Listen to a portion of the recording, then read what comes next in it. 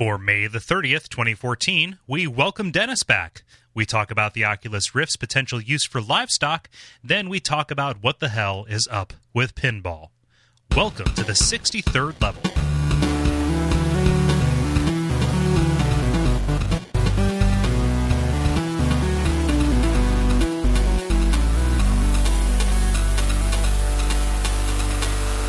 My name is Kole Ross. I'm Dennis Furia. I'm David Smith. And I'm Ben Merkel. And you're listening to The Level. It's a podcast for people who love video games. And as you heard, it is a joyous occasion because the whole gang is back together. Welcome back, Dennis. Oh, thank you very much. Yeah. So how is California? You get to see the ocean from a different side? I guess it'd be a different ocean. No, it was well, most of it was good, I guess. First 14/15ths of it were pretty swell. And then there was that last little bit where I had a stroke. Go figure. Yeah. Yeah. So yeah, I mean, I've posted on Facebook about this on my personal feed, and I actually a lot of listeners kind of reached out and were supportive, which is amazing. Thank all of you so much. But it's just it was a totally random thing that happened. I was in the hospital for a couple days while they ran tests on me and stuff. I'm totally stable. There's no lasting damage or anything like that. It was definitely a scary half hour or so while they were rushing me there. Mm-hmm. But yeah, that kind of unexpectedly extended our vacation, and there's still a couple tests left for me to run. They've got a couple ideas on what it might be, and they just need to make sure that the data matches up with that before they prescribe any treatments. Don't want to get my chest cut open with a maybe, right. Being kind of sure. But no, it's I've said to people over and over again, it's completely overwhelming, the amount of just support and love that people poured out on me and my wife Jen when we were going through it, and that's very much appreciated. And it's still being cleared up. I'll keep you posted on it. But given what happened, there were a lot of kind of small blessings in there that UCLA where I was the best stroke hospital in the world. There was no lasting damage when it's that can be devastating to some people. So there's a lot to be grateful for in the middle of it. Yeah. And yet Ellen is too busy retweeting her own selfie to get you guys a rain check ticket. No, this is so. Yeah, I've had several people say, "Oh man, you really didn't want to see the Ellen show," because that's what we were going to do that afternoon. Took some kind of like CIA stroke inducement pill. Yeah, kept it hidden in your back molar.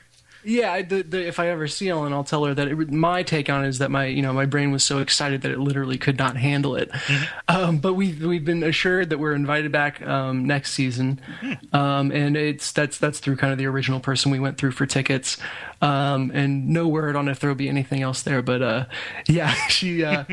We had I think it's all the UCLA is a teaching hospital, so there's a bunch of med students there, and I think every single one of them was like, "Oh my God, I'm writing Ellen a letter." I was like, "Okay, thanks, do that." Cool. So yeah. Oh. Well, I'm incredibly happy to have you back. I don't know about Ben or Dennis, Ben or David, but I am.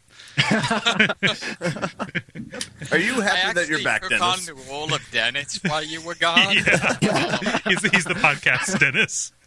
It was a really weird podcast, yeah. Yeah, for like not being able to speak correctly, like while I was having it, and be able to like remember basic facts and form sentences.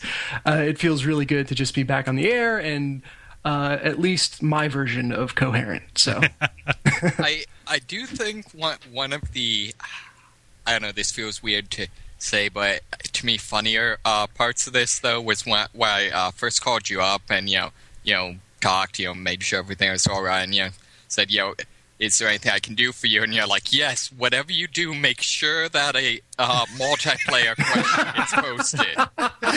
So the first week you were gone, I thought it was ridiculous that you were like driving up and down the 101, like posting it from your phone. Like, so, dude, just enjoy your vacation. Like, no, I talked with Jen about that. I was like, I'm on vacation. I want to do the things that I enjoy. Which, I was like, so I thought about it. I was like, do I enjoy, posting that stuff up? And I was like, yeah. And I can actually, had I not had a little bit of a medical adventure there, I was really planning the second week to be like, I can force my co-host to talk about anything I want. You can be like, reveal your darkest fantasies. And everyone on the show is contractually obligated to answer the multiplayer. Yeah, that was really unwise when I drew up the charter to put that in there. I'm actually connected to a lie detector right now. Yeah, we can't afford to have that clause annulled. So. Yeah, no, it was right next to the one about internal disputes being handled by knife fight. Yeah, which I also thought was weird. But yeah, that was a crazy weekend. Inside joke on that. That was actually me and Dennis were roommates during college, and that was actually in our roommate agreement. That was actually in our roommate agreement. So you guys just never disagreed because you're both alive, right? Who's your RA? Wow. Oh gosh, goodness gracious, yeah. But so I thought that posting from vacation was dedication, but then having us post from a hospital bed, I think you care about this more than us. This is the MVP award. Yeah, yeah. I'll do anything for an MVP, even have a stroke. Oh goodness gracious. No, this is I absolutely love doing this, and any way I can stay connected to it, I will. So, even on vacation, like I said, it fell into the camp of fun things that I wanted to do, and that's what you do on vacation. So, most certainly, yeah. So let us continue into the episode proper. We don't have a multiplayer this week because we're trying to keep the episode a little bit shorter. So don't worry, that is not going away forever. But we are going to talk about a little bit of news and then catch up on what we have been playing. Does that sound good to everybody here? Is that amicable? Do we have to get the knives out? Not this time. Yeah. I always like the knife fights where you take a length of cord and then you tie the left hands together. Yeah. See, it's funny you should mention that. I knew you'd have something to say about that. I'm actually, like, my big thing when I'm not doing my research or the podcast right now is trying to get ready for a stick and knife fighting gathering in July. Neighborhood stick fights? What? Neighborhood stick fights? Yeah, stick pretty much. Knife fights. Yeah. And the first one I went to, some of the guys decided to do that, the whole, like, tie the arms together and knife fight thing. The only problem is, in the style we do, like, one of the main targets is the arm, so it kind of just becomes like the dog trying to free itself from, like, the bear trap thing. Mm-hmm. So that's funny. Okay, so before you can do anything, everybody has to hack their own left hand off? Yeah. Pretty much. Cool. One sec. Can I grab a drink? Oh, gone. Sorry. I was going to say, they still do it by gnawing, which is weird considering they're holding a knife. They don't want to dull the blade. It's the old Chinese proverb: "Do not dull the blade on your own bone when you can dull it on theirs." So we should probably talk about the news, as that's what we do, and it's all about returning to normalcy. Does anybody have a story for the brief? I do. Cool. Ben, you spoke first, so... Yeah. Wait, I feel like a scenario where Ben immediately has a story is not returning to normalcy. Ben, be more reticent. Sorry. Yeah. Hold on a second. I sent the link, but I actually need to go to that link. Whatever. I remember what it is. Yeah. It's basically somebody who used to work at Valve confirmed that they are working on Half-Life 3 and Left 4 Dead 3. So Valve will soon release a game title that has the number 3 in it. Well, I don't know how soon it will be. Yeah, I was going to say. Dota 3. It'll be Dota 3. Just to make everybody upset. Well, I guess when I say everybody, I mean the small portion of the population that doesn't play Dota. Yeah. Yeah. I feel like this is one of those things where the headline sounds amazing until you actually read his statements where he says he thinks Left 4 Dead 3 looks great. Yeah. And do we have a reason to believe that it won't be great? I'm simply saying when the most anticipated game for a long while, one of the most anticipated anyways. Last 9 years, 10 years. Since Duke Nukem Forever, became awful. When your commentary on what you saw is it looks great, I don't know. Yeah, I mean, Yeah. it's okay. It's a game. Like, he wasn't speaking. Like, was he speaking directly to press? Yeah, it was like an interview, but he's not PR trained. He's not like saying, "Oh, it's going to blow everybody away." 8.0 out of 10. Like, it's well, I guess what I mean is I feel like the statement boils down to game exists. Uh-huh. Well, no, it's no, and he made it in reference to Left 4 Dead 3. So it's like, guys, I saw Half-Life 3 and Left 4 Dead 3, and Left 4 Dead 3 looks great. Uh-oh.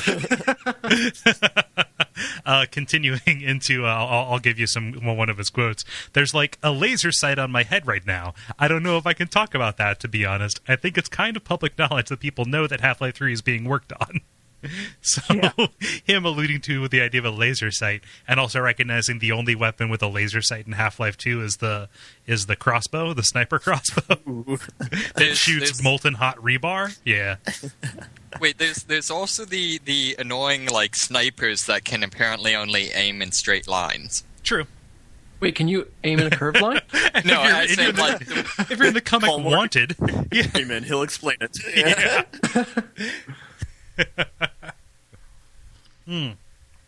Or if you're Magneto trying to protect. They love shooting in curved lines. Oh man, have any of you seen Days of Future Past yet? No, it's very good. It's pretty good. Wait, does it have Morgan Freeman? No, it doesn't. Oh, What's you got my hopes up. X-Men. X-Men. So just the notion of a curved bullet brought that to my mind. So Yeah. yeah, I mean Magneto's in play, right? But yeah.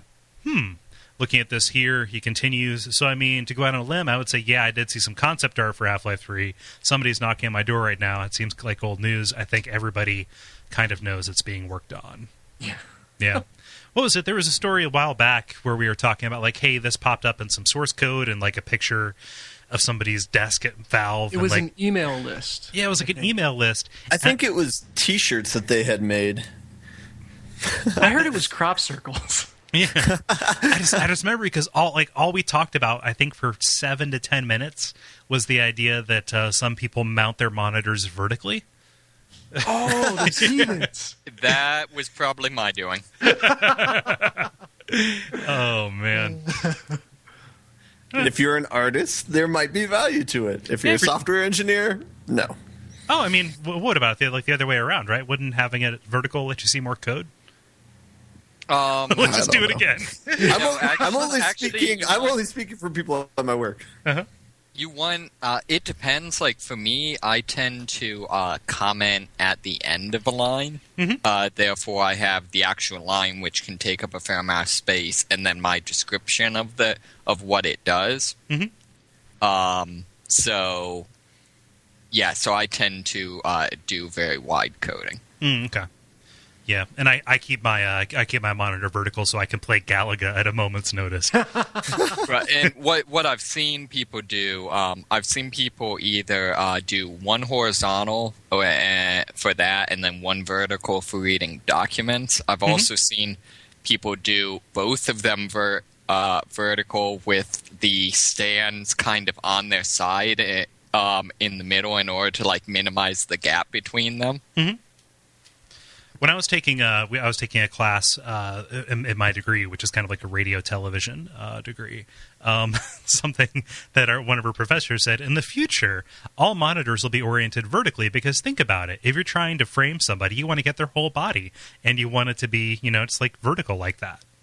To frame, it's like, are you off your What's Also, happening? fuck movies. Yeah. Well, I mean, the human eye has a wider field of vision that has tall. Yeah. Yeah. Oh, man. Half-Life 3 would That's be all right. pretty nice. I had a professor that referred to Google as the Google and YouTube as the YouTube. So these projections of future are not, something you put a ton of stock in. Yeah. See, the only thing I ever had crazy from my professors was just very bizarre relationship advice. Interesting. Now, Sonny, you gotta hit it and quit it. He's got tenure. He's real This old. was more like one of my professors says, I meet wife. I ask her, you can cook? She says yes, so we get married. Jesus. Oh, wow. All right, since we're on the subject, my grandfather gave me great advice on women. Don't spend all your money on fast women. Okay. Only some. Your grandpa wins. That's pretty good. David, how about you? What's your story? Sure. A assistant professor at Iowa State University has developed a new use for the Oculus Rift. He wants to. He's concerned about the fact that in America it's really not economical for every chicken to be free-range chicken. So he wants to create what he calls second livestock, where you will basically strap an Oculus Rift to the chicken in this sort of like Clockwork Orange type thing. And You better trademark that, dude. No, we'll pass the message along to this professor. Don't worry. yes, Yeah. and then the chicken sees a virtual world of being stuck apparently in a pen at a farm, Well, but no. a slightly larger pen. Right, and he controls his movement by pecking. So you get chickens that have incredibly thick neck muscles. Sorry, I saw the same story. So Yes. so they've got like a little array in front of them, and as they achieve goals, as they blow up red barrels, they get a little bit of feed. And this is actually them automating various robots around the barnyard in order to do menial tasks like baling hay and whatnot. So it's an entirely chicken run operation. And of course, they need to put Omni treadmills there so that they can walk in any direction while they're in the Oculus Rift. Mm-hmm. That's good. But that's going to make them less fat, so they're going to have to feed them twice as much. Yeah. That's actually one of the things that kind of confused me about this article. Is apparently for the demo he used a yoga ball that acts as a giant trackpad because somehow that simulates the movement of a chicken. Well, it's going to pop. Yeah, that does not seem very wise. Yeah. Trust me, I know how easily yoga balls pop. I've taken scissors to plenty. Yeah, so I'm actually hoping. I feel like if he wants to develop this, he really though needs to get the development team behind Goat Simulator involved on this. Oh no! Think of all the collateral damage. Yeah, I don't know. I'm not seeing a problem here. Yeah. Yeah. So then they can start putting Oculus Rift on goats and have them play Goat Simulator? That sounds about right. Just be a good way to get a headache. Yeah. And it's kind of weird, like, I guess I should robot or link or whatever we're going to call the article. But halfway through, he apparently realizes how crazy he sounds and decides to do juke. And he starts talking about how his purpose in this is that as a species, we need to carefully evaluate whether the direction whether this is a good direction to go. It's not so much that virtual reality is lacking humanity as it's creating these safe environments where we're not actually exposed to anything harmful. I don't think would really be good for us. So it's kind of, I too have seen The Matrix. Yeah, so he takes it like one or two levels up. It's not about the chicken. It's about the chicken in your mind. Well, here's the thing. What is he saying when he's referring to our species? Like, does he think he's a chicken? I think he's saying that the point of this was not actually to advocate for video enabled chickens' rights, but actually to create like thought about the role of virtual reality in humanness. He's like a modern day barnyard Neil Stevenson. Yeah, I feel like, though, really what he's showing by suggesting that, virtual reality is just us creating safe, comfortable environments, what he's really saying is, I haven't played Amnesia on the Oculus Rift. I mean, regardless of what his experience is, it sounds like an Egelin solution, so... Wow. Boo! Once again, I started out convinced that this was one of David's parody articles, and then he posted a link. So this is either a very elaborate fake. Wait, I thought it was a fake one, too. No, this is actually... No, check the link. Okay, so... Oh, man. You cannot write this stuff. The other question I feel like this raises is he is referring to this as second livestock, but how is a virtual world entirely full of animals any different from the actual Second Life? Well, these ones don't have gigantic dicks. Yeah. They have cloaca. I love the chickenized Second Life logo. That looks like the Second Life logo is the hand with the eye in the palm of it. Except this one has a little beak coming off of it, so it looks like a hand turkey. Yeah. Oh my god. Oh. Yeah. Huh. So this is my question.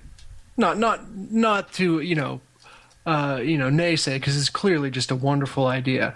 But I wonder if you could put together how much it would cost to outfit every chicken on a farm with an Oculus Rift and an Omni treadmill, and compare that to how much it would cost to do a real life free range, real life barn with chickens.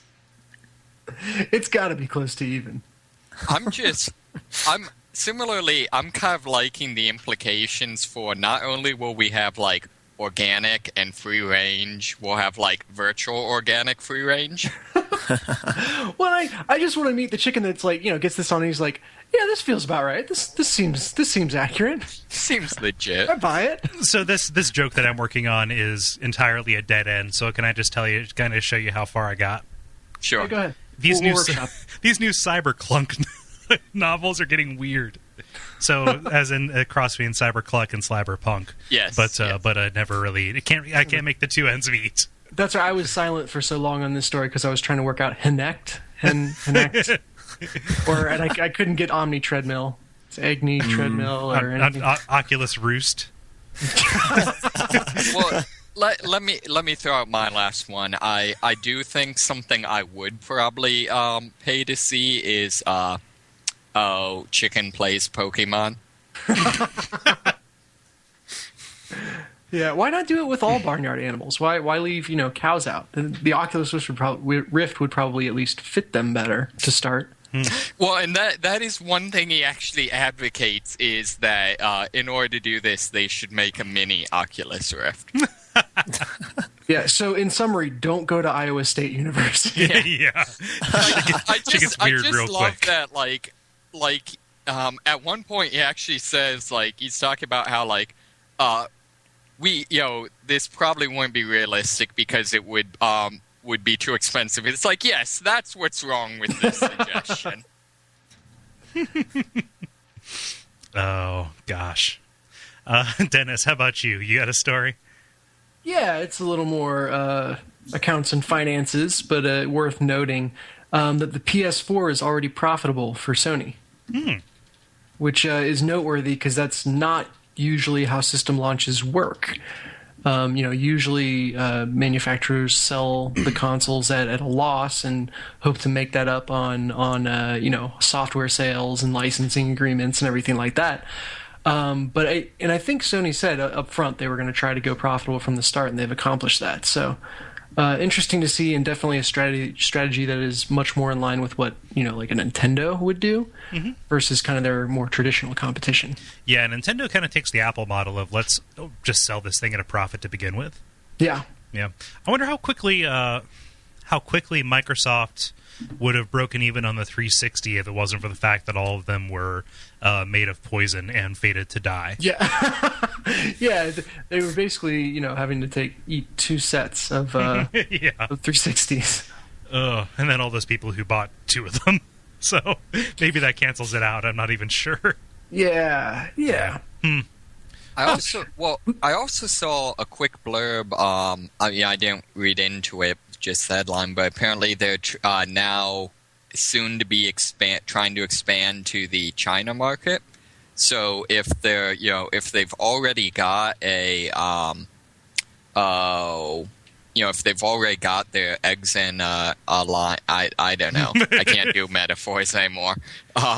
If they already have that metaphor that implies they have their stuff together, then I could imagine, if they could, be even semi-successful in China, that could really be profitable. Yeah. I think Xbox is kind of there first, though. I don't know anything about launch dates, but I think Microsoft was the first to say they were going to go there, which will be interesting to see. It's interesting to see how that plays out. I think, Kole, you begged an interesting question. No console has had the red ring of death yet. We haven't identified that yet. There are a couple of people who are trying to make something into an issue, but I forget exactly what those things were. So those evaporated. Failed. What's that? They apparently failed. I mean, I guess. Huh. Yeah. That or Sony Black Ops got to them. The Waxworks. Why would you need games if your console won't turn on? Finally, I've got my story here. So Valve activated Steam in-home streaming. For I believe Windows, so Windows machines only right now can host the Steam stream. Blah, that's going to be very hard to say. Steam Stream, yeah. They rolled it out, and eventually Mac and Linux machines are going to be able to do the streaming as well. I tried it out; it actually works pretty well, as long as you can maintain a connection. I think there's something weird with my network.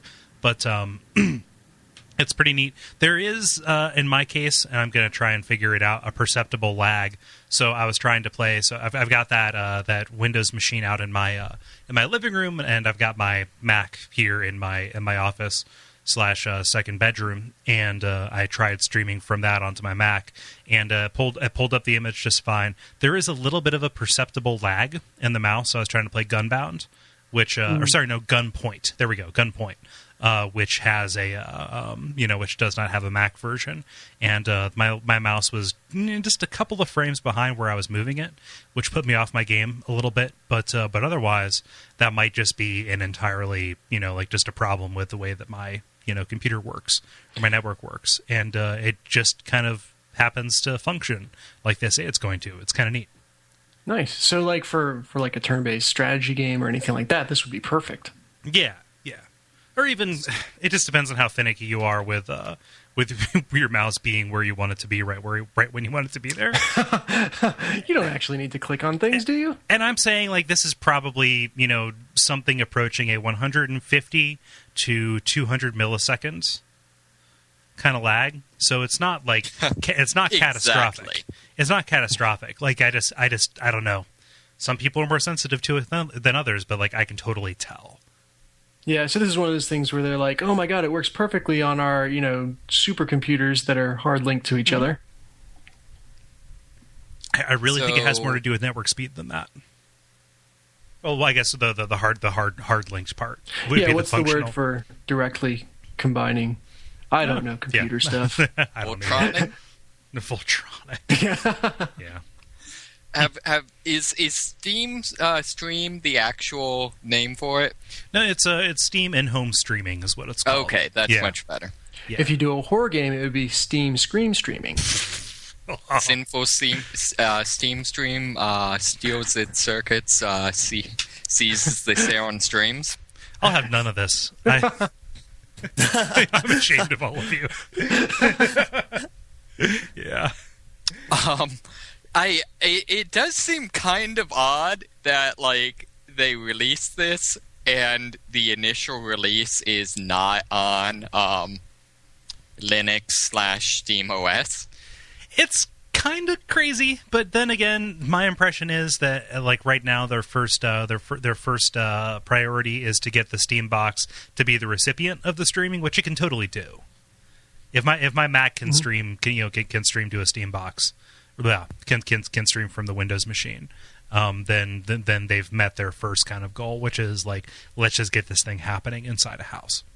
Wait, but in most scenarios though, wouldn't you want the stream box to be the one streaming? The Steam box to be the one streaming?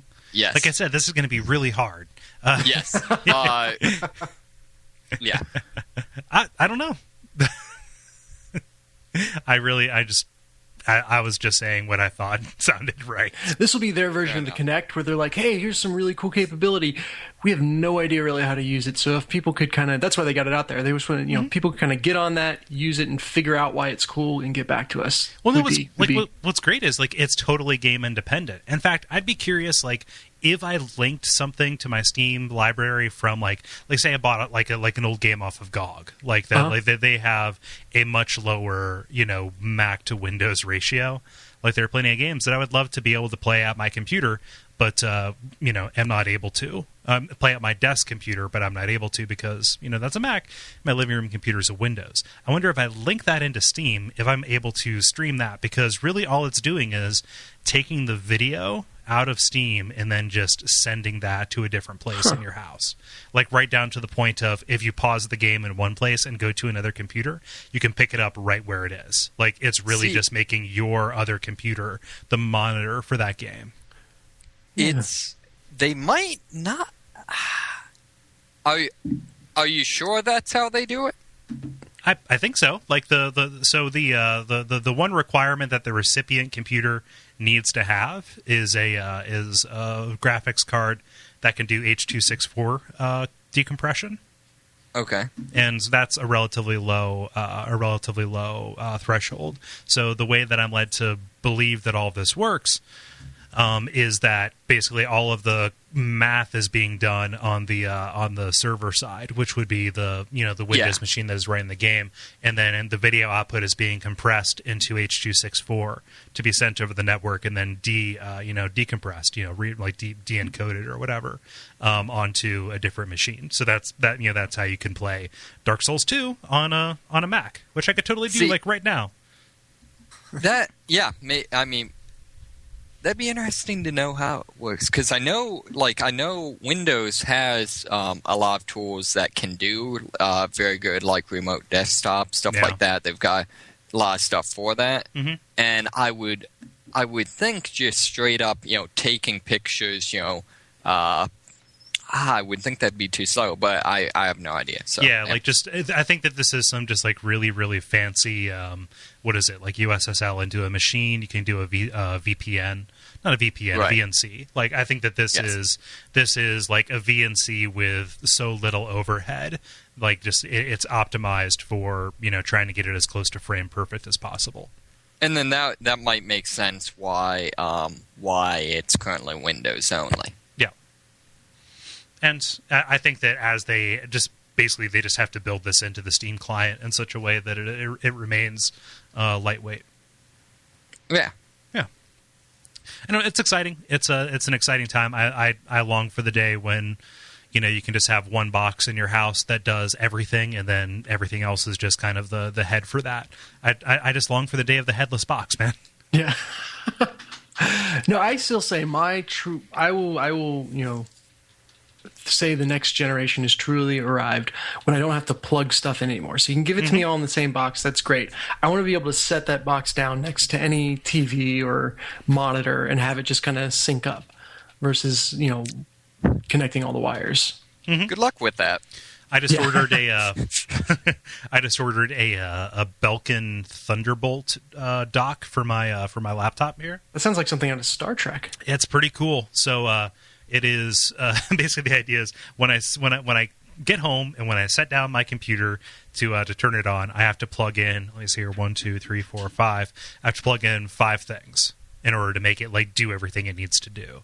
HDMI, 1 lead from a USB hub, 1 lead from my external hard drive array, and then also the power and my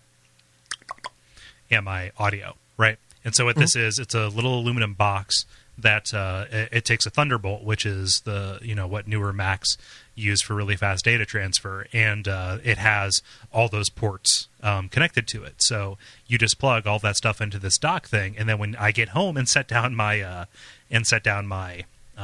laptop, all I have to do is plug in the power and the Thunderbolt, and then I'm up and running. Can it? Does it split off additional Thunderbolt connections? Yes, so it can be upstream and downstream for Thunderbolt as well. Nice, because so we'll go that's. to a monitor. I mean, one of the annoying things is I guess most Mac monitors use Thunderbolt, right? Yeah, and most any Thunderbolt monitor will have a downstream Thunderbolt as well, so you can just daisy chain as many as you need. Really? Yeah. Mm-hmm. But this no, is not going to end well for my apartment space. Yeah, but I picked up this little dongle, this little dingus, because I want to have a Thunderbolt Ethernet adapter, because we're going to be doing those live streams. Going to need to get video out as quickly as possible, and also fuck plugging all those things in. So I'm totally with you, Dennis. Like, just let me set this thing down, or let it just be so like built into my entire system. Yeah. I was about to complain and say, but you still have to plug something in, but then I figured that might be a little far. Yeah, I took it from 5 to 2. So and like good. There is, wireless charging, and theoretically you could do wireless stuff like that. Mm-hmm. It's just going to have all the problems that wireless currently has. So I'm totally not this guy. Like, it's going to make me sound like a complete nut. But the idea of, like, wireless power, all that says to me is, like, how quickly do you want to get cancer?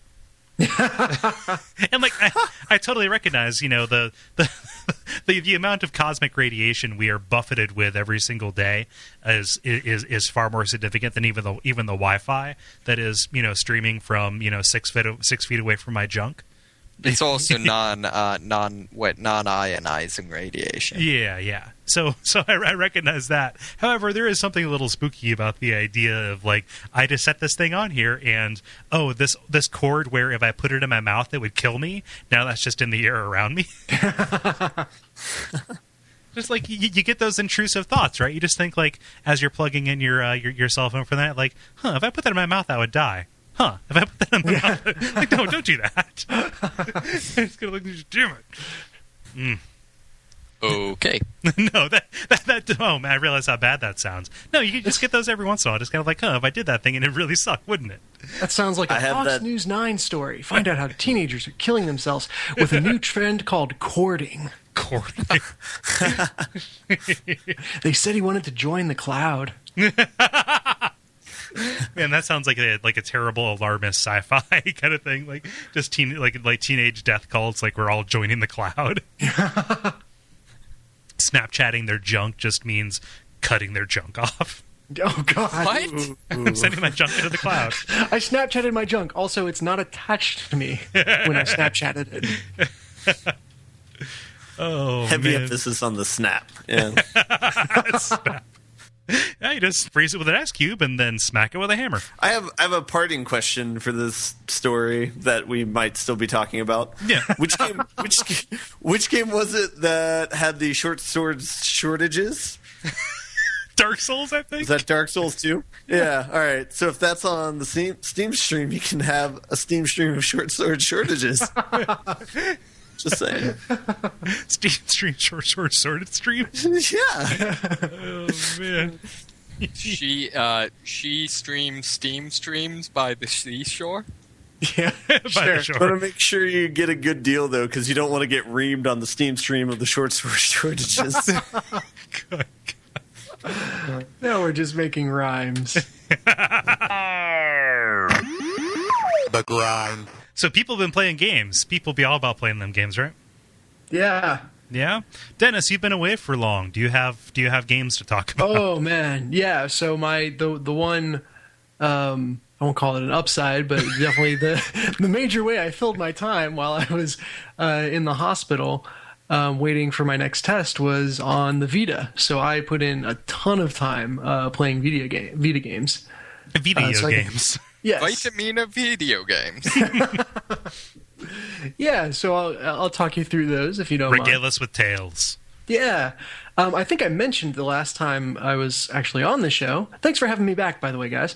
You know, Was the new Heroes Within pack for the Star Wars Pinball, which is really pretty good. Although I think last time I talked about how there's this relationship that you have with every new pinball table, or at least that I've gone through, whereas like initially it's really awesome and there's all this cool new stuff, and so you're just wowed by all of it, and then you realize that you kind of suck at it, so you get mad and decide that you don't like the table and it's poorly designed and it's not worth your time, and then you slowly kind of, well, maybe if I try, and then you slowly figure it out and figure out how to play that individual table, and then you go back to thinking it's really good.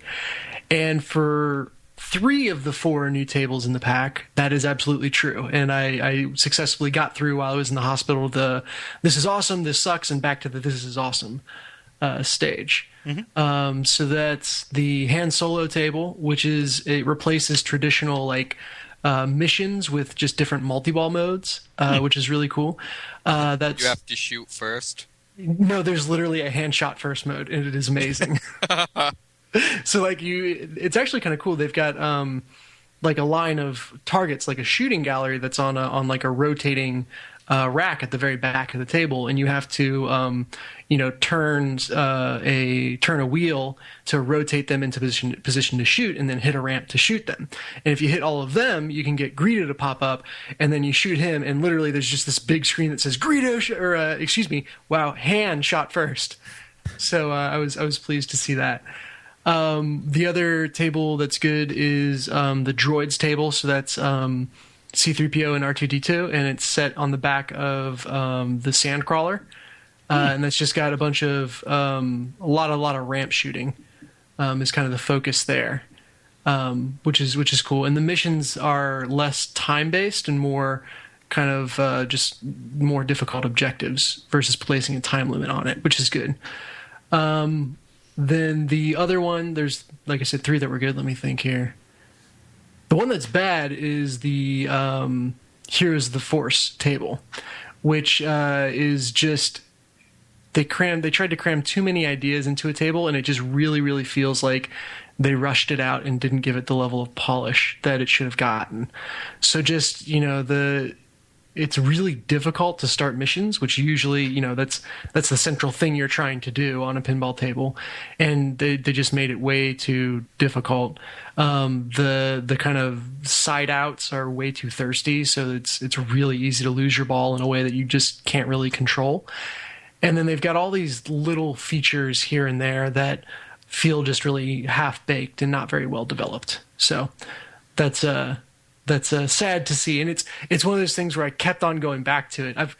I've managed to get a score of 100 million or higher on every single table except for that one, and so I really kept on coming back to it. And I was like, I just need to figure it out. Like, there's got to be something I'm missing, and eventually I just came to the conclusion that it sucks, which is sad. But that this pack had 4 tables, whereas the other.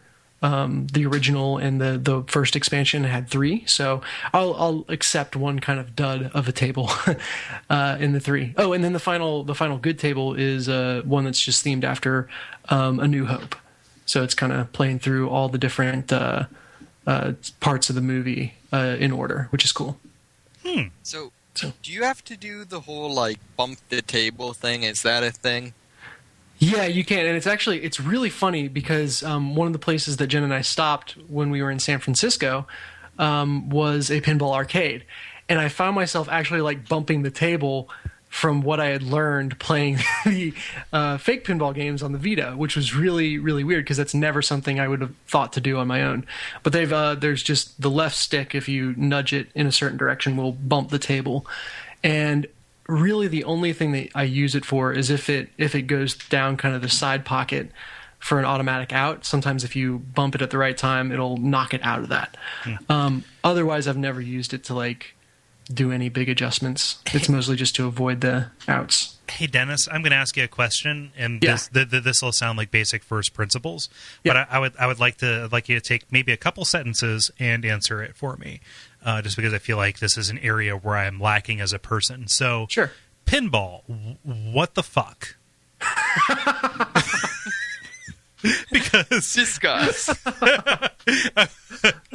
background. I Yes. like pinball. I like flashing lights and very loud noises. And even like a lot of the theming is pretty cool. Like, hey, on the Terminator 2 machine, you pull a trigger and that's what launches the ball. And I've also been known to play some spinball in my time, Sonic. But it seems like you're into this enough to kind of like, even the Star Wars stuff aside, explain to me like what's appealing about pinball itself. Because I feel like there's a level beyond like, hey, I will put 50 cents into the Twilight Zone machine when I'm at PRGE, and Yeah. I'm going to play this on my Vita when I'm bedridden. So, like, just can you just give me that rundown? I really honestly don't know. I kind of stumbled ass backwards into it the last time I hung out with Ben when we went to the Pinball Hall of Fame, and we just spent a bunch of time there and had a ton of fun. And we actually had talked about buying ourselves an actual pinball table until we realized there was nowhere in our house to keep it. Yeah. But then, the original Star Wars table came out for free. And I've also just, anytime I see a pinball player, because pinball tables pop up in the randomest places. So anytime I see one, I'll do a play, and it's really just become something that I really enjoy. So go figure. I guess what makes a good table versus a bad table is how much control you feel like you have over it, first off. And then second off, just kind of the depth of the objectives that it gives you. So, every table ultimately is designed to just eat your money, right? Yeah. And it's, so there's, no matter how well you play, there's always going to be a point where you just lose the ball and there's nothing you can do about it. And that is, there's something very zen about that. Hence it's Zen pinball, I guess. I don't know. But there's something appealing there for me. But just kind of the ride there and feeling like when I do lose that, I can at least think through and say, okay, well, I got greedy and, tried to hit a target without really lining up the shot, or, Are you saying you didn't stay on target?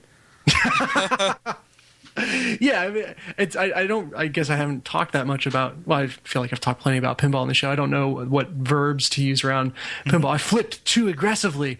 But just, so feeling like, you are able to influence what's happening on the table with a high degree of precision versus, on the tables that I've played that I haven't enjoyed, it feels like, I hit the button and pretty lights go off, but I didn't feel like I had a ton of control over where I was shooting or when I lost the ball. So that's the first thing that makes a table good or bad. And then the second thing is that the depth of objectives. So, every table has ramps and bumpers and lights and everything.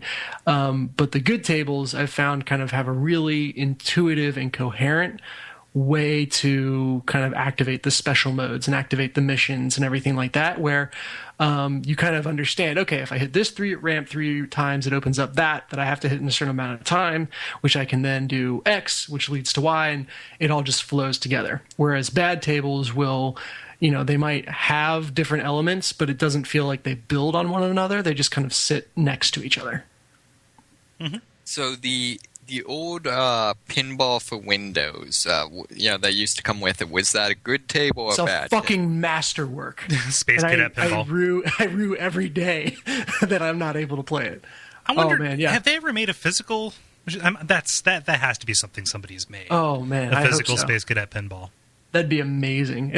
There's nothing on that table that isn't completely doable in real life. Like the Star Wars tables, they take some liberties, but the Space Cadet pinball table would be really easy to replicate. And it's also, I'd also love to see it when the physics on that table, if you played it enough, there's really only like 3 different trajectories the ball can take, when it hits any one ramp or anything like that. So it was very limited, I feel like, physics. So it'd be interesting to see for sure. Yeah. But I just totally BS'd all that. But that's kind of what I've found appealing about pinball in general. Yeah. Okay, cool. And I kind of put you on the spot for that. Like, hey, defend why this thing is worth attention. But I'm just curious because like I've run into enough instances where it's like I've been around serious pinball people. I mean, like serious pinball people, and like it's almost like a different kind of thing. Yeah, there's a documentary called Special When Lit that's very good on Netflix. There's definitely a group of people on there that is a little too serious about it and that I would not aspire to be a part of. But like I said, I totally stumbled ass backwards into really, really enjoying pinball. The one other cool thing that happened on vacation is we found in a random pizza joint a Theater of Magic pinball table. And sorry, this is probably sounding super nerdy, but that is one of the tables that's emulated in the Zen pinball program that I have. So I'd played it virtually. So you knew it? Like I knew it, yeah. And it's popular or well thought of enough to be made into a virtual pinball table. And I looked at it and, we played it and had some fun, and Jen actually beat me. We were playing competitively. But it was, it was as good as it was, in virtually and kind of very faithful to it's, I guess I'm talking about that in reverse. The virtual table is very faithful to how it feels in real life. There we go. So is this like the pinball equivalent of the book Was Better? No, because the virtual equivalent is free, so that's always better. Yeah. But I looked it up afterwards, and I'm going to Google just to make sure. That's a pretty machine. It is. All that's up right now are parts as I do the Google shopping. But I want to say that we looked it up, and I found one of the tables for sale, and it was like for $30,000. Jesus. So that's just kind of sitting in a pizza joint. Which again, like that's kind of part of how I've fallen ass backwards into really liking pinball is anytime I see a random table in a random place, it's fun to check it out and then look it up and find out, what's the story behind this thing? Yeah. Man, we got to get you out to Portland. Yeah. That's pilgrimage. I was there and I want to say, I think we almost went to Ground Control and didn't wind up actually making it out. But when is the Portland Retro Gaming Show? October 18th. We could make a pilgrimage then. Yeah, it's but yeah, I didn't mean to overtalk on that, but there is a place in Chicago which would be the more realistic place, but I forget what it's called. It's like Galloping Ghost, I think is Galloping Ghost, which like one side of it is like a pinball museum and the other side of it is like an arcade, and it's like one of those things where you just pay a flat fee at the opening and then you just kind of go in and do whatever you want. Although I'm not sure if they serve alcohol. There is a place apparently a pubcade opening in downtown Cincinnati somewhere. Oh, that'd be sweet.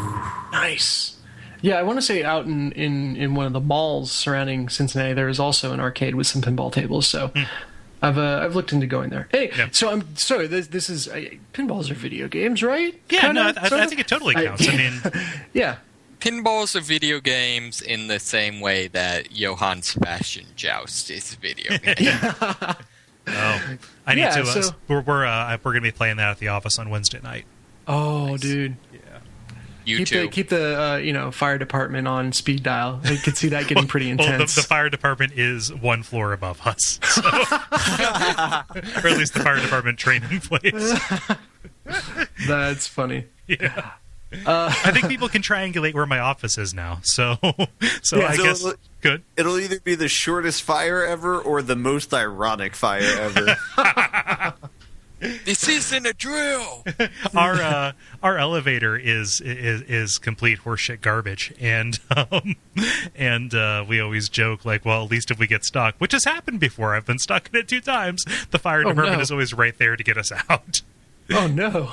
I feel like after the first time, I would take the stairs. Well, yeah, I've taken. But sometimes if you're like trying to bring like a bunch of gear up, which we are often doing, it's kind of like, well, okay, we're just gonna go. Yeah. Cross your fingers. So you should put the gear in the elevator, press the floor, and then run up to make sure that it's there. Well, no, you wouldn't have to run up. You just put the gear into it with a note saying, "Hey, don't touch this," da, da, da, da. And then you would go up there and then just call it from your, from your preferred floor of choice. Nice. I can just see a bunch of fireman trainees being like, "Oh, I can't wait to go." What the hell is this? It's a bunch of nerds with some camera gear. Oh no, they would get the camera gear without you if you went up the stairs. Oh yeah. So I guess this is mine now. Bunch of gear without nerd. Where are these nerds? I know. Something I never thought I would actually see. The local when I was down in Huntsville, the local like artist commune was old cotton mill, and so the only elevator was like a freight elevator. So they actually had like the old school like elevator attendant thing. Nice. Was that by any chance near Ye Old Coffee Shop? The only coffee shop that ends every word with an E? I do not know. All right. Except coffee. And they end it with that what? Except coffee. They end that with a Y. With a Z-Man, they're trying to cater to the younger generation. Combo breaker. Yeah. do you remember? The Hard to Knock shop. Yeah. Shop is spelled with an E. So it was spelled hard, Touch of class. H-A-R-D, T-A, knock, as spelling, but shop, P-P-E. Yeah, and that was the place where you could, just basically, I think where you could rent large white T-shirts. And buy drugs. I know. My understanding is they actually officially got busted for like being a front for drugs. Yeah, like there were a whole bunch of places along that stretch that were just obviously fronts for drugs. Yeah. Angels too? Yep, Angels 2 specifically is what I'm thinking of. It's like just ketchup in the convenience store, and that's it. It's like, okay, you're really turning a profit with this. All right. Yeah. All right, okay. It is a college town, so, Yeah. you know. I mean, I would stop in there to buy vitamin waters. It was okay. Quote unquote vitamin water. Yeah, I was just saying, I stopped there to buy cocaine, so. Oh, man. Bright Light's big college town. Yeah, something like that. Oh, so was Star Wars Pinball about it for you, Dennis, or was there other magic? The other game that I played was Velocity Ultra, and this was actually really, really good. So again, free PS Plus game, and just downloaded it because I was out of stuff to play and needed something new because I was bored out of my skull. And it's really good. So I think they call it an R-type shooter, like a Galaga style, back and forth across the screen, shoot at aliens kind of deal. Yeah, it's like Gradius or Raiden. Yeah, or something. yeah. I guess not Raiden. Raiden is vertical. So, oops. Yeah. Yeah. So the gimmick on this one is that you can teleport around the screen. So you just hit square and then move the left stick to choose where you want to teleport to, and then release, and you'll kind of zap around the screen, which gives the action just a really good. The word that I came up for it was zippy. Like it's just a really good zippy feel to the action. And they kind of design the levels to reflect that mechanic, so that there's compartments that you need to jump between, and you need to jump over here to hit the switch and then back real quick, and you actually have to manage where you are on the screen with how fast the screen is scrolling, because it's very possible to like get greedy, jump to get some extra points over in a side box, but then in the time you've spent in that box, the rest of the play area has scrolled out of your ability to jump back to it, and you get crushed. So it's like the moving levels in Mario, kind of. Yeah, exactly. Like that's a great analogy. And so that's your objective throughout all of it is to get survivor pods, which is essentially like the coins of any given level. And you're zipping around to collect all them, and you're judged on your time, how many survivor pods you get, and then the amount of damage you deal to enemies. Mm-hmm. And so there's kind of this nice balance of you want to get through it quickly, but you also want to be a completionist, all while obviously avoiding and destroying the enemies. And you kind of have to balance those three things to get a good score. And it works really, really well. My one complaint is that they start to get away from the zippy and into the puzzly in later levels, where it's like you have to go through things in the right order. They give you so the zipping around is short form teleporting, and then there's long form teleporting they introduce where you can kind of drop a beacon at a point in the level and then teleport back to that. Mm-hmm. Which you can do as many times as you want, which obviously will affect your time score, but overall it's relatively low consequence. But it really, as you would imagine, slows things down, and introduces all these branching path puzzles that aren't that fun. Like I can choose to go left or right. Chose right. Shit, that was the wrong way. Okay, I guess I'll go left.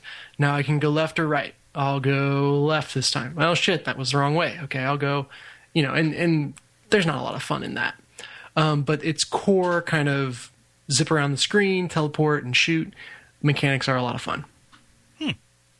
Yeah. How quickly does it turn into bullet hell? Because I could see that mechanic being abused to just have as many projectiles on screen as possible and making it so that the safe zone, as opposed to kind of like moving fluidly, just kind of like, oh, you just have to know that the safe zone's going to be over here now.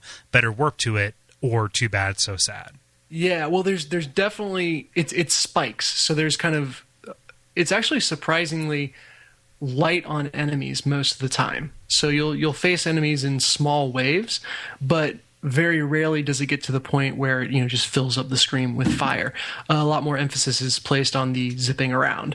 However, when it gets there, it definitely gets there, and there are definitely sections where the answer is to teleport away, dummy. And I kind of been butting my head against a wall until I realized, oh yeah, I can do this thing that will kind of get me out of trouble. But never, at least to date in the game, has it had like a boss where it's like, you need to be in this one box, go there now. Mm-hmm. So normally you can kind of maneuver around the bullets, but there are definitely situations where it's to your advantage to use your teleport. But that said, obviously, if you're in a position that you like, it can be worthwhile to kind of try to ride out and around the bullets versus just bailing on a position. Okay. Yeah. So they've also, I think there's a game called Surge that is also free on PlayStation Plus right now that's by the same people, and I'll be interested to try that. But those were really the two games that I sunk the most time into while I was in the hospital. Okay. Yeah, and I sent the developers a nice tweet on Twitter saying, hey, thanks for a great game. It's getting me through a rough hospital stay, and they were very nice, got back to me and stuff. So points to them. It's always nice to see people be responsive on Twitter. Definitely. Cool. Yeah. Cool. Well, yeah, sounds like you've been busy. Yeah, that's a shit ton of time I had to fill. So for real. Thank God for video games. Mm-hmm. Yeah. Let's see here, Ben. How about you? All right. Yeah. So my big one was Dead Space 2. I beat it yesterday. So it was fine. It was like Dead Space 1. It was scary. So it's good in the sense that it very much achieved the objectives that it set out to achieve. But I think at the end of the day, it's not really a game that I really would want to play more than I have in the past 2 weeks. So, I played it and beat it and stuff, but yeah, I don't know. I mean, it's like a love-hate relationship. Like the aesthetic is beautiful. Like there's a lot of parts of the game that are just gorgeous, despite it being, very gory and very graphic as well. But at the same time, it's like there were a lot of moments where they could have done things that might have been cooler, and they didn't. There were some missed opportunities.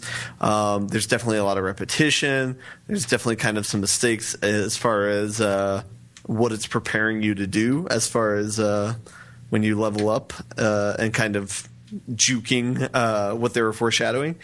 And yeah, I don't know. So pretty much any sort of criticism I have of the game would kind of wander into spoiler territory, so I have to speak in somewhat vague terms about it.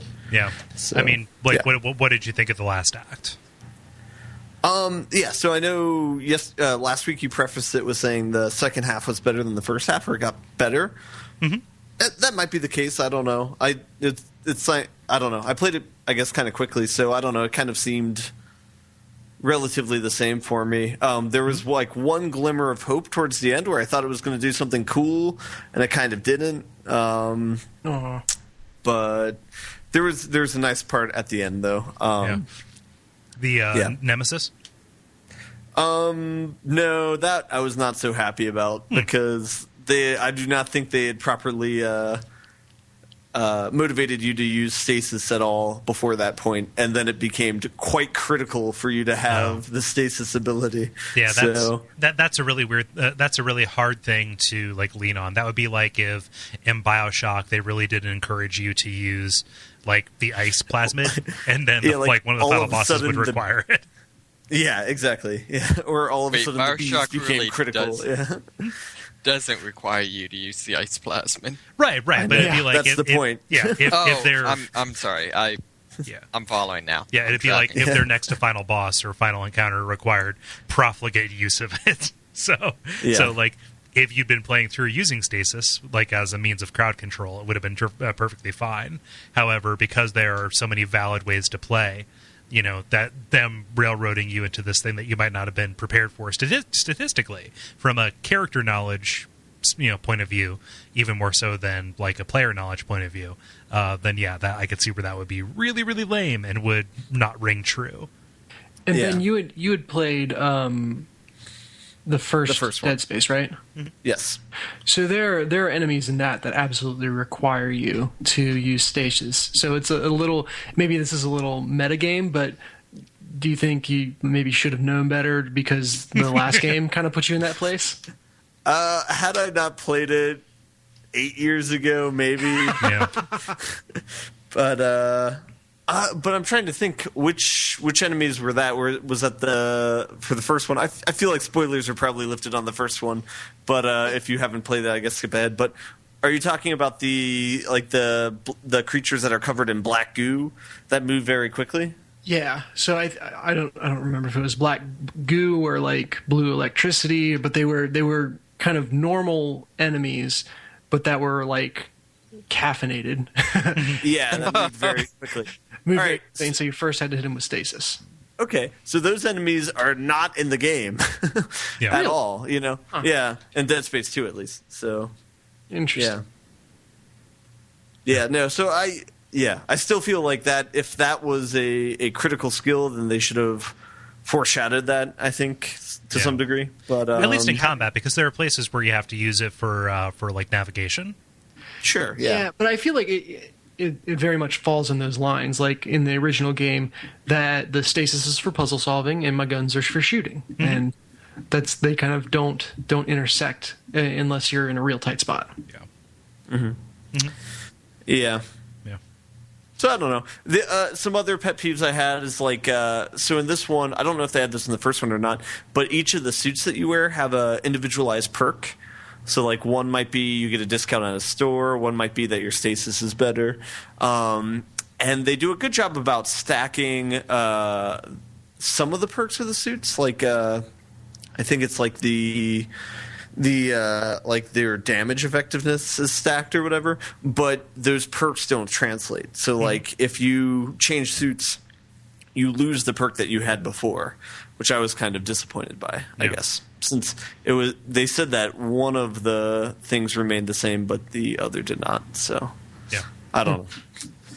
It was just small pet peeves. I don't know. I mean, if you like the first one, then you can play this. It's definitely a refinement of that, and it's at least just as good as that one. So it would be worth playing. But if you're not into horror games, and again, as far as like it's interesting comparing this to like Silent Hill, because this is definitely contrasts with that, where it's like this is very much immediate shock horror, and like. And with an emphasis on like gore and very grotesque images, So, whereas like Silent Hill will a lot of times go the psychological route, or there's none of that in this, at least. But well, and also with the mechanics, like the Silent Hill, if I remember from playing Silent Hill 2, you basically push a button to lock on to your enemies and shoot at them, whereas this is very much kind of skill-based shooting.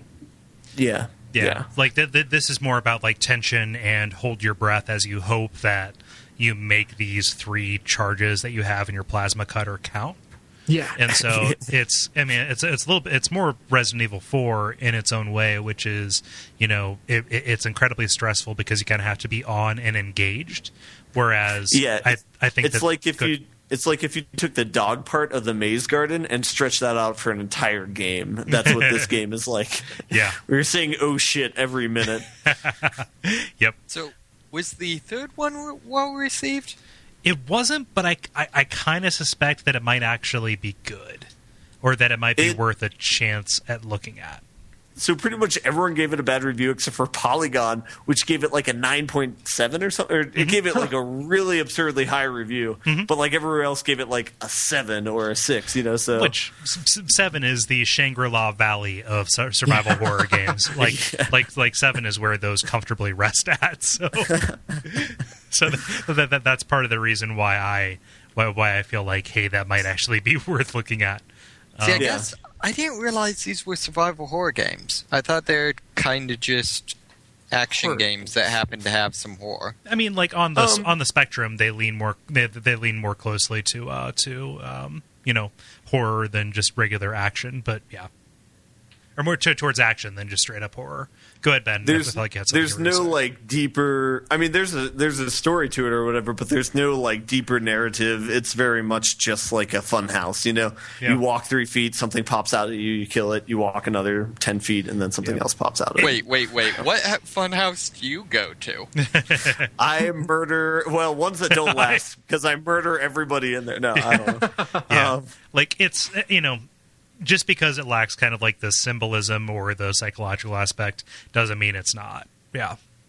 It serves a different purpose. Yeah. So you just have to check what you're going for before you play it, Yeah.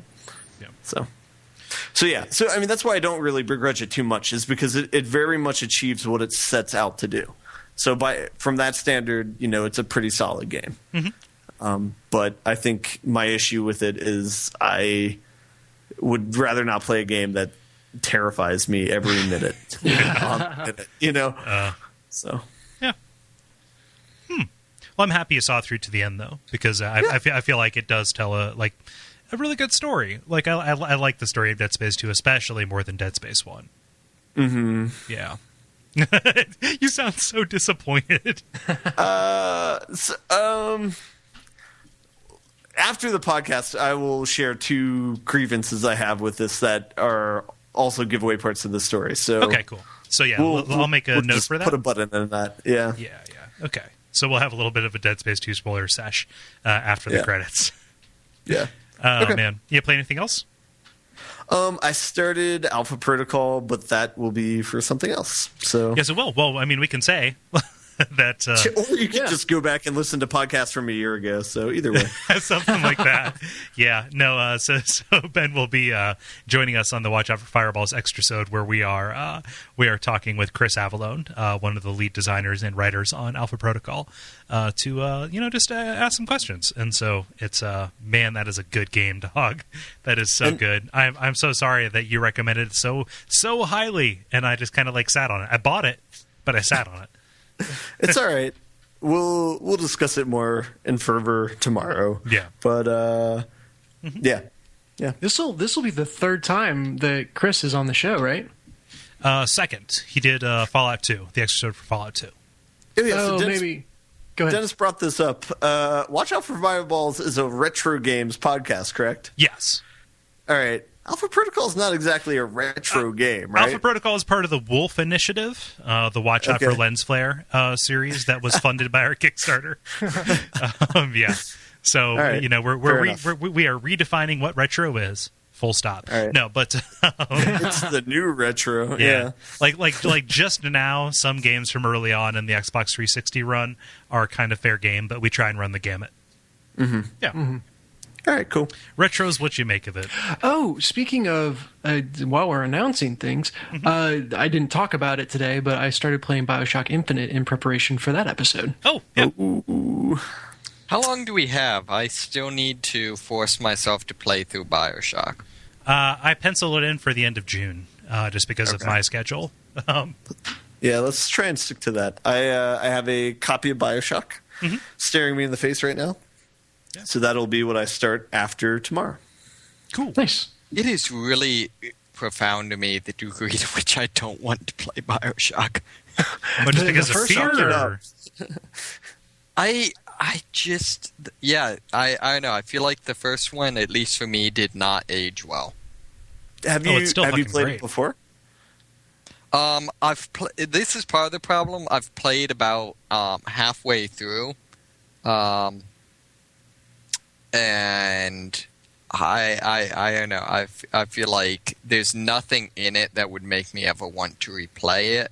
So the fact that I'm going to have to replay half of it. I mean, I would say see it through. Yeah.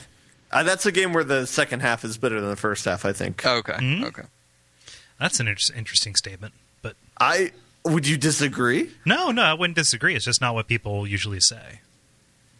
Would other people disagree? I want somebody who disagrees with that statement to talk to me right now. Because, if I think of the best three parts of the game, they're all in the second half of the game. I like Sander Cohen's place. If I think of the best three parts of the game, they're all in the second half of the game. Okay. Yeah. Given that I just recently played it for Watch Out for Fireballs, I would probably do well to remember what sequence things happened in. But I don't know. Yeah. I don't necessarily disagree. However, but let's clarify the term. So we're aiming to do a bonus level about BioShock Infinite, because that's one we said we were going to do a long time ago, back when the initial, about a year and 2 months ago. Yeah. Just about when that was bound to come out.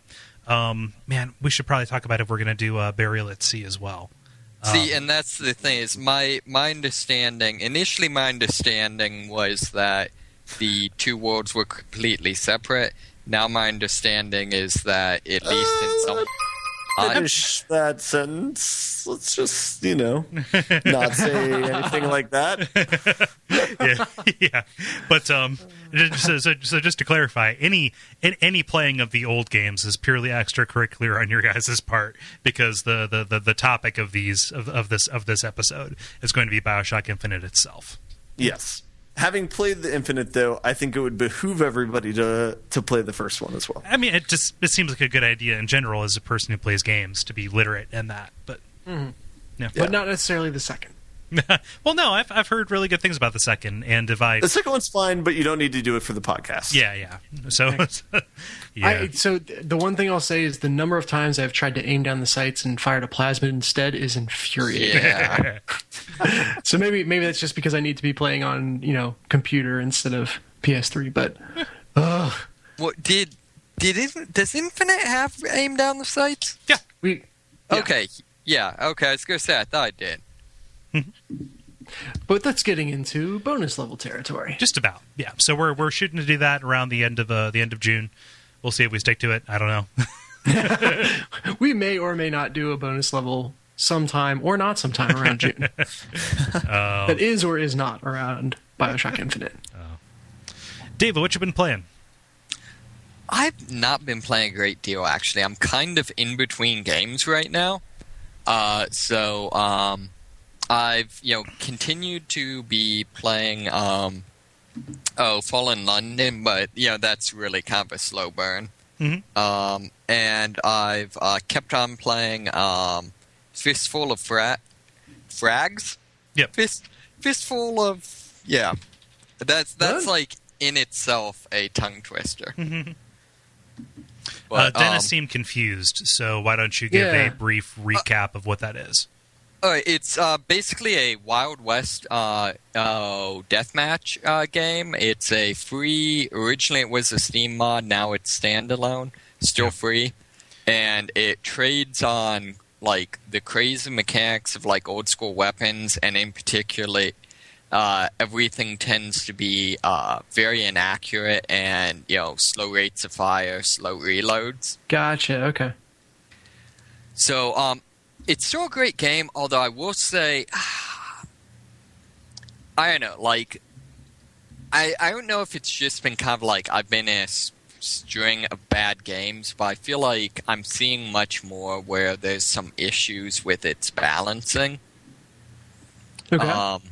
The two big things I'm noticing is, like, some of the, you start out with, like, a selection of weapons you can just select, and that's what you'll spawn with.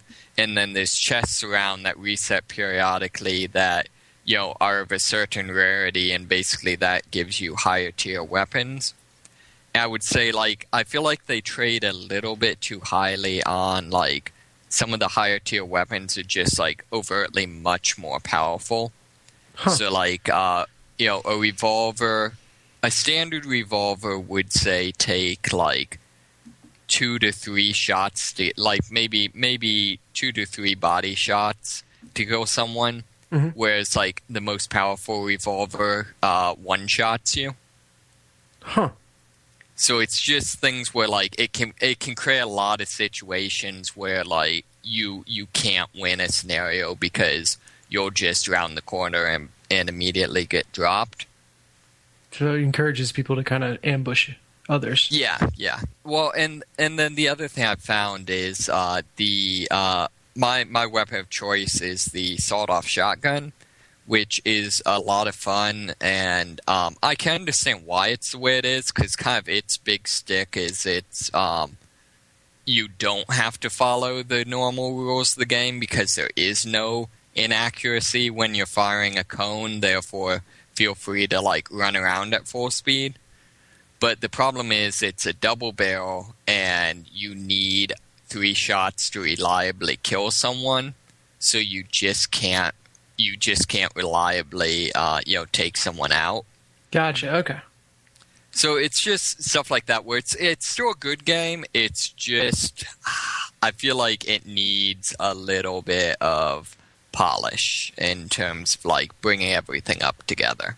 Tell me if I'm out of line, because I haven't actually played this game, but it seems to me, from looking at videos and from hearing you talk about it last week, that the point of this isn't so much balance and precision as much as it is spectacle.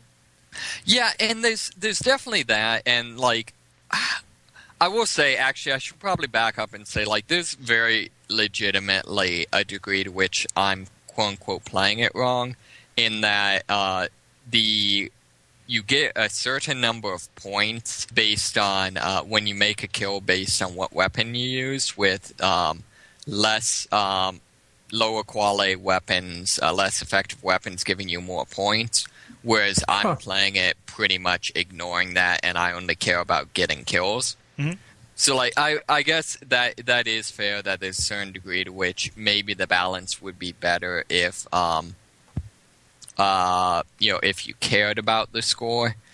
I still, though, feel like, and I guess I'd say I think you are right. There is an element of that. I think it's more. It's not the fact that the balance is the problem. It's more the fact that the balance sometimes creates frustrating and not fun situations. Mm-hmm. So, like I said, like routinely going up against scenarios where you just have virtually no chance of winning. Yeah. So, but I mean, like I said, it's still a game I would, without a doubt, hands down recommend. Like, I'm not saying, like, oh, this ruins. I'm just saying, like, hopefully it gets, maybe a little work. Maybe tries to shift some things around, something like that. Yeah. What I'm really hoping is I think the objective game modes were actually the bigger strength of the original mod. Mm-hmm. And also the original mod used a thing where all these points you're getting instead of just being your score. They actually are how you unlocked what guns you could use at given round. So I'm kind of hoping they bring that back for the objective game modes, because that much more allowed you to, like maybe if you weren't as good, you wouldn't, have the ultra weapon within the first 5 minutes, but say by the end of the game, you at least got to have some time with the good weapons. Yeah. And I feel like that kind of makes any unbalance less annoying if you get your shot at it. Mm-hmm. So, but still good stuff. Okay. And free. Anything else? No, that's really been it. Like I said, I'm unfortunately I'm kind of in between things, so waiting for Wildstar to come out on Saturday. So okay.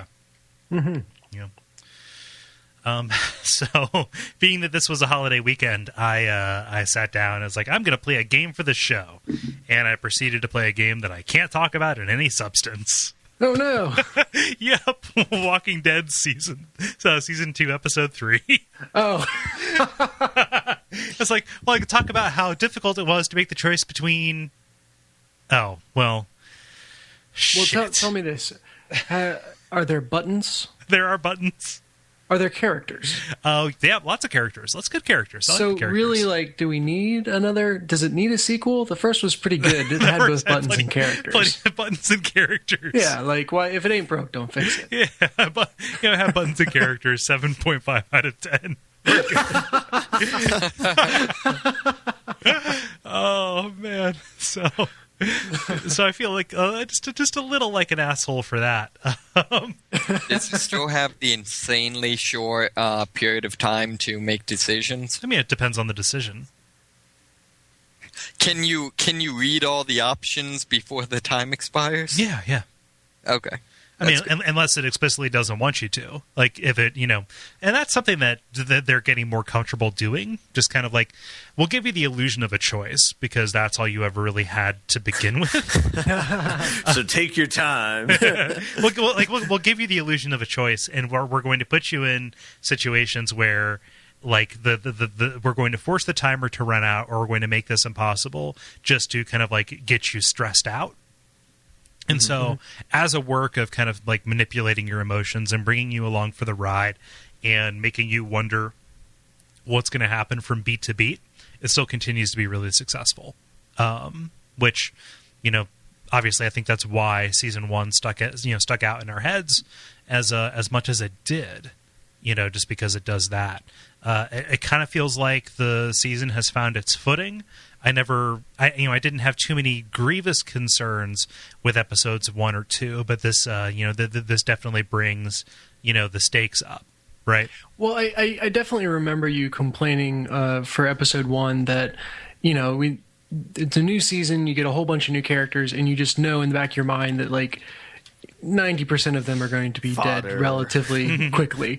So it's hard to, get emotionally invested in every single one of them, knowing that just, you don't have genre blindness. Most of these people are going to go away pretty quickly. Yeah. Well, I mean, not all of them have died off. Plenty of them have, but not all of them have. Mm-hmm. And I think it's just like any TV show or movie. Like, you can't immediately care about these people as soon as you see them. Maybe I'm revealing some kind of like deep-seated sociopathy, but now, like the ones that I've been able to spend a lot of time with, it's kind of like, okay, cool. I know who you are and what you're about, and now to the point where they are making me make decisions about your fate. It feels like the pathos around that is earned, right? Cool. Mm-hmm. So have you yet made a decision, immediately regretted it, and dove across the room to shut off the console to get your decision back? No, not really. That's not how I want to play these. Wait, does it autosave? I mean, to a certain extent, it does. Oh, yeah. Bullshit. Well, why bullshit? Like, the game is about choice. I just hate auto-saving on the principle of things. Okay. Yeah, but I mean, just like, I've not done that. Like, I pay attention to when it saves. Like, if it was, to the point where, like, oh, I really don't want to be that, I could probably, Alt F4 out of the window and get back into it. But that, that's just not how I want to play it. Like, just to a certain extent, A, it doesn't matter. You're going to see a lot of the stuff anyway. And B, it's like, it's a protracted, dramatic personality test.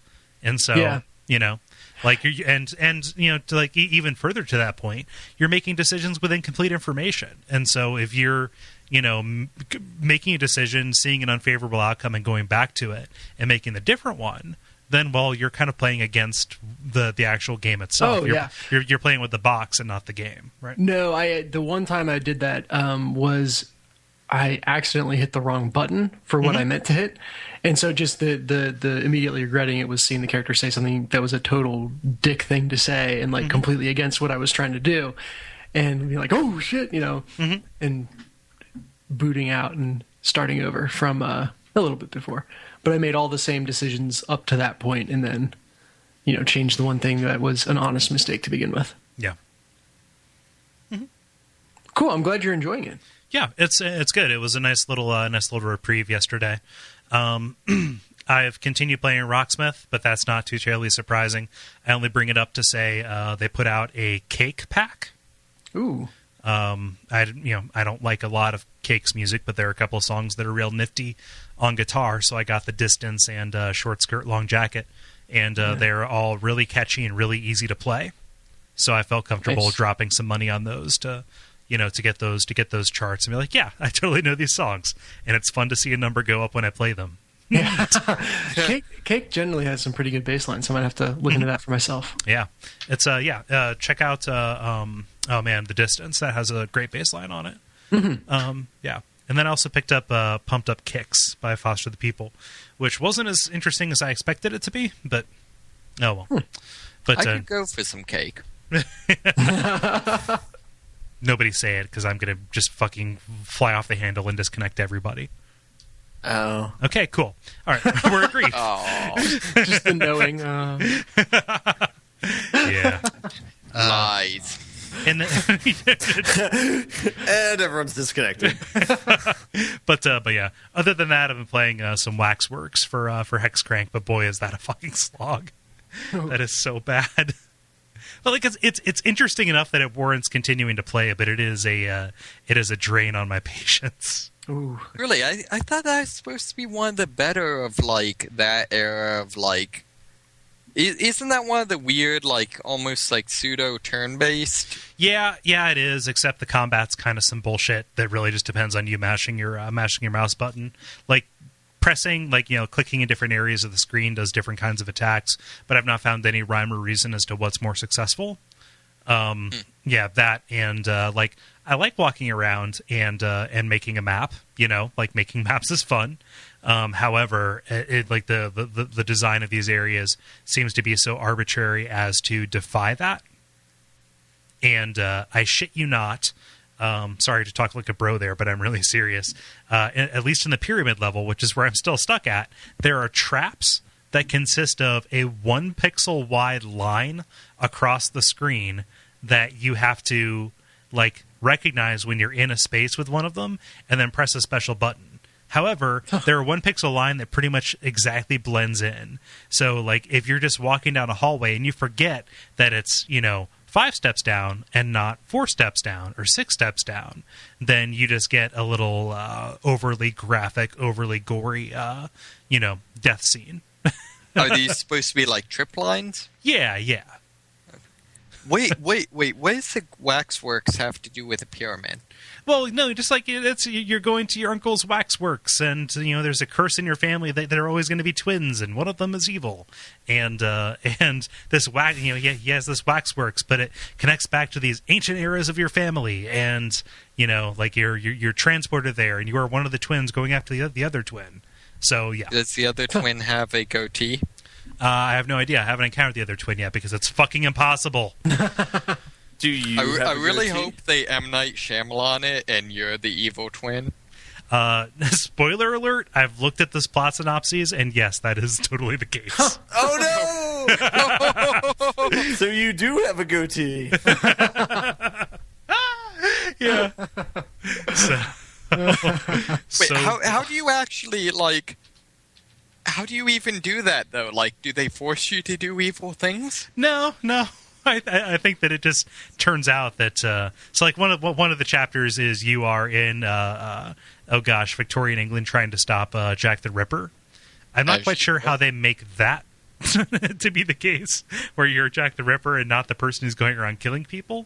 But but that is that's the way it shakes out. Good God, the things I do.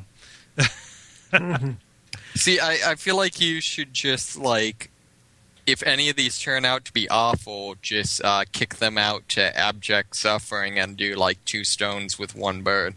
Well, I posted on the Facebook group saying, hey, I might be quitting this. And then Gary chimed in, and he's all like, I don't know, man. You should probably be patient. Just see it through. It's like, all right, so it's going to be like 2 months until the next article is published. So I lay the onus entirely on him. Yeah.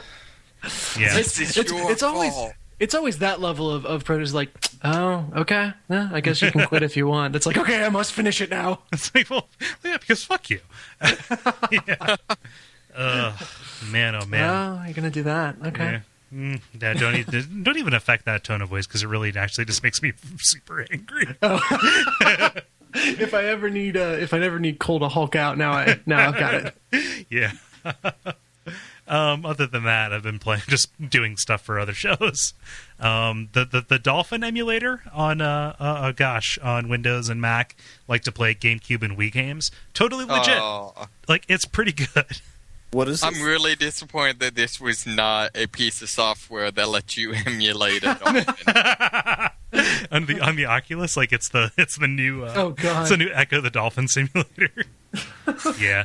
No, it's I ordered a copy of X-Men Legends 2 because that is the next game that we're playing, and my Wii couldn't read the disc, so in the interest of being able to play it on time while I'm waiting for the other copy to come, I am playing it on my PC in the GameCube emulator and just like totally overscanning it. So now I know that if I ever need it, I can just make my own HD remake of any GameCube game.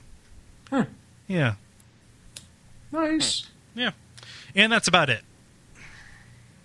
Cool. You guys want to button it up? Let's button it up.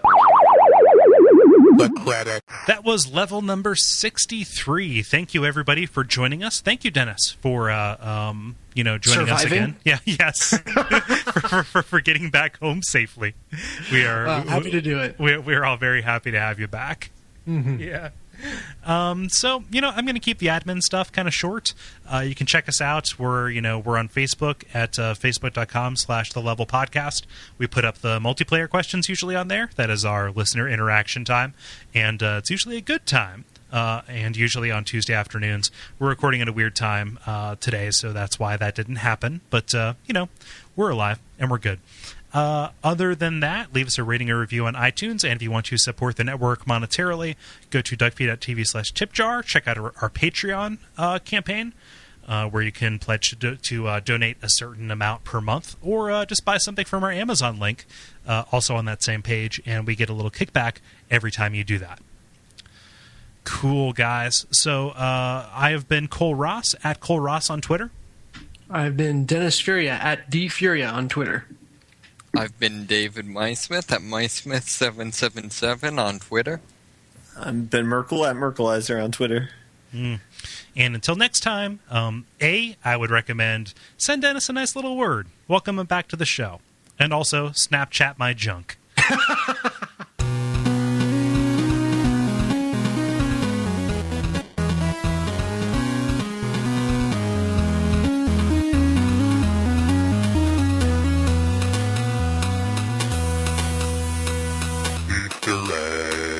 The one thing I remember, I remember, everything fairly clearly, but the one thing that's emblazoned in my mind is once they actually got me to the emergency room, it kind of got me through the triage unit and, said what had happened. They'd asked me all the questions and kind of had the initial, I guess this really was a stroke kind of diagnosis. Mm-hmm.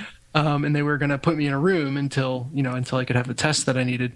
And the one doctor in the triage room who was like leading, just goes, why did this 26-year-old have a stroke? And like whirls and turns and goes out of the room. It was like a very overdramatic, in his mind. And then off in the distance, you could hear a violin. Yeah. So I expected someone to be like, "Scene, good work, everyone." Drops a smoke pellet. Drops a smoke pellet, and you see him like fiddling with the door. Like, damn it! Swipes his key card and then just drops another one and then goes away. Ben, you had some beef with Dead Space 2. I did. Oh yeah, so I'm gonna hop off then. Okay. But it was good doing this again. Yeah. Once again, thank you guys. It was freaking awesome having you all calling me and everything. Yeah. And I'll see you around. Yeah. All right. Bye bye. Holla. All right. Okay. Are we alone? I think we're alone. Is it secret? I'm here, David is but still I don't care. All right. So beef number one. Okay, so the part at the end, there was one part where you have an interaction with humans, like when it's like the equivalent of cops or whatever try and stop you from entering the facility. Mm-hmm. You know what I'm talking about? All right. So that was like, okay, this is a great potential because this could show how deranged this person could be by listening to voices in his head by killing other humans. Like, it's one thing to kill monsters. It's a different thing to kill other humans. That wasn't pursued at all because they basically seemed to only have designed for killing aliens, you know? Mm-hmm. Like, there was no other AI program besides that.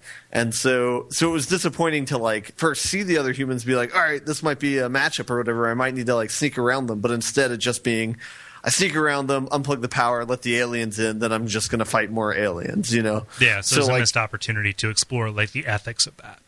Yeah, and it just got repetitive because you were fighting the same things over and over again.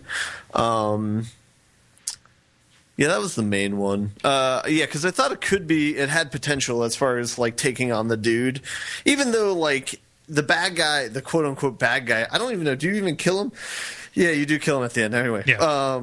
But like he was like way too underdeveloped because like you only hear him through like audio broadcast. You never like physically interact with him at all, you know. So it's like I don't know. So he was like a super flat villain. I feel like. If he was supposed to be the main villain. So that was kind of my other beef. But, yeah, that was the only part of it. So that, and then the part where they started rolling the credits, but then faked you out with that, those were the only two, like, surprises I had. Oh, yeah, with you sitting on the stairs. Waiting to die. Yeah. Yeah. No, that was cool. I liked the fact that they did that, but I kind of wish that was used in another game that was better. But, but yeah, so I like those things, but I don't know. And like, so comparing that with like Alpha Protocol though, where like the upgrades are so pretty. Now I'm getting off. All right, bye bye. See you, David. Peace. Right. Maybe. Oh, it's the red one. Where's that red one gonna go? Oh, he's gone. Okay. All right. So comparing that with Alpha Protocol, like the upgrade system there is so much better with like A, just having options, but then B, also like having the upgrades affect you as a character and not just being the things that you have bought, you know? Yeah. And that you have to, I don't know. Well, I mean, like they had milestones where it gave you new things to do at a certain point down each path, right? Mm-hmm. Mm-hmm. Yeah. Yeah. Whereas in Dead Space, it was more like this particular thing is going to be more effective to the exclusion of other weapons or powers on your suit. And that's the thing. The fact that they just have them available at the store but don't force you to use those, I think, is a missed opportunity. Because, like, I only played with 4 guns, I think. Mm-hmm. But there were probably another 4 or 5 that I just didn't even get to see, you know? So it's... I think Resident Evil 4, I think, is the best one. Well, yeah, I think they've done it the best. But Resident Evil 4 also had a very limited like palette of the kinds of guns that were there. I mean, like when I say kinds, I mean like type. Like here's your submachine gun that you can upgrade. Here is your pistol. Here's your shotgun. Here's your rifle. Like go. Yeah. And there was like some special stuff like grenades and rocket launchers that you really had to manage your inventory to like get in there. But like, you know, you kind of just had to figure out where your money went within those particular types of guns. Well, I mean, it was spaced out enough that you could pretty much play with every gun, and that was feasible. Like, and then figure out which one was good, and then play with that exclusively the next round, pretty much. But like, they had much more time to work with as opposed to like Dead Space. Dead Space is like a 10-hour game. Resident Evil 4 is like a 25-hour game. Resident Evil 4 is too long of a game. Well, no, it's good though. I mean, it gives them a lot of space to work with, you know. Yeah. But I don't know. Yeah, it's so like I'm too far away from it, and so when I think back to it, all I think is like the broad strokes, like where the story all of a sudden got really, really small. Like after you got the cultists out of the way, and after you realize, oh, I'm in this big dead city. Like that, it ultimately came down to Isaac trying to deal with his obsession with his dead girlfriend. Yeah, like that landed really hard for me, and I felt like that was a pretty daring choice for all the goofy stuff that was kind of swirling around that. And I like narratives that operate on a bunch of different levels, but keep the smallest, most personal one, being the most, the most impactful. What's that? Yeah, keep it last, since that's like the final issue, don't. But I guess the only thing I had against it was the fact that they kind of already treaded that ground in the first game. Did they? I felt like, but maybe not. I don't know. I mean, so what might be sticking out for me is that they used it for horror too. Okay. In this one, as opposed to in the first game, where like she was really just kind of the that's the really sad thing that happens at the end. Well, yeah. So in the first one, like you kind of get missing cues from her, like static cues from her. You talk to her, you find out she's dead, but then in the last level, she's the one leading you to get the token or whatever. And use that for kind of bad purposes. And this one, it kind of seemed the same way, where at the end she was leading you to where you needed to go, and there was just a bigger version of it, but she was trying to manipulate you to do whatever else, And I guess the only difference is in this one you destroy her, whereas in the first one you didn't. But yeah. So like it seemed like that was the payoff for me, was that he ultimately broke free of that. Yeah. I don't know, man. Well, and the other thing that's weird too is like that finale where you're fighting her or whatever is very similar to the ending of Beyond. Like it's a very similar setup as far as like gameplay, and I don't know. Yeah, I don't have any recollection of how Dead Space handled it. There were, the swirling spirits around the pillar, right? Yeah, there was one thing. I think they had the upside down part where you were on the train hanging upside down, and so I think retroactively this was the first game that did that I know of, because I know that was done in Tomb Raider, it's done in Last of Us, and it might have been done in another game. But so I guess I got to give it props for that if that was the first one that did it. But yeah, I don't know. Nor do I. Whatever. You played it. Play some... You can't play. You can't get it back.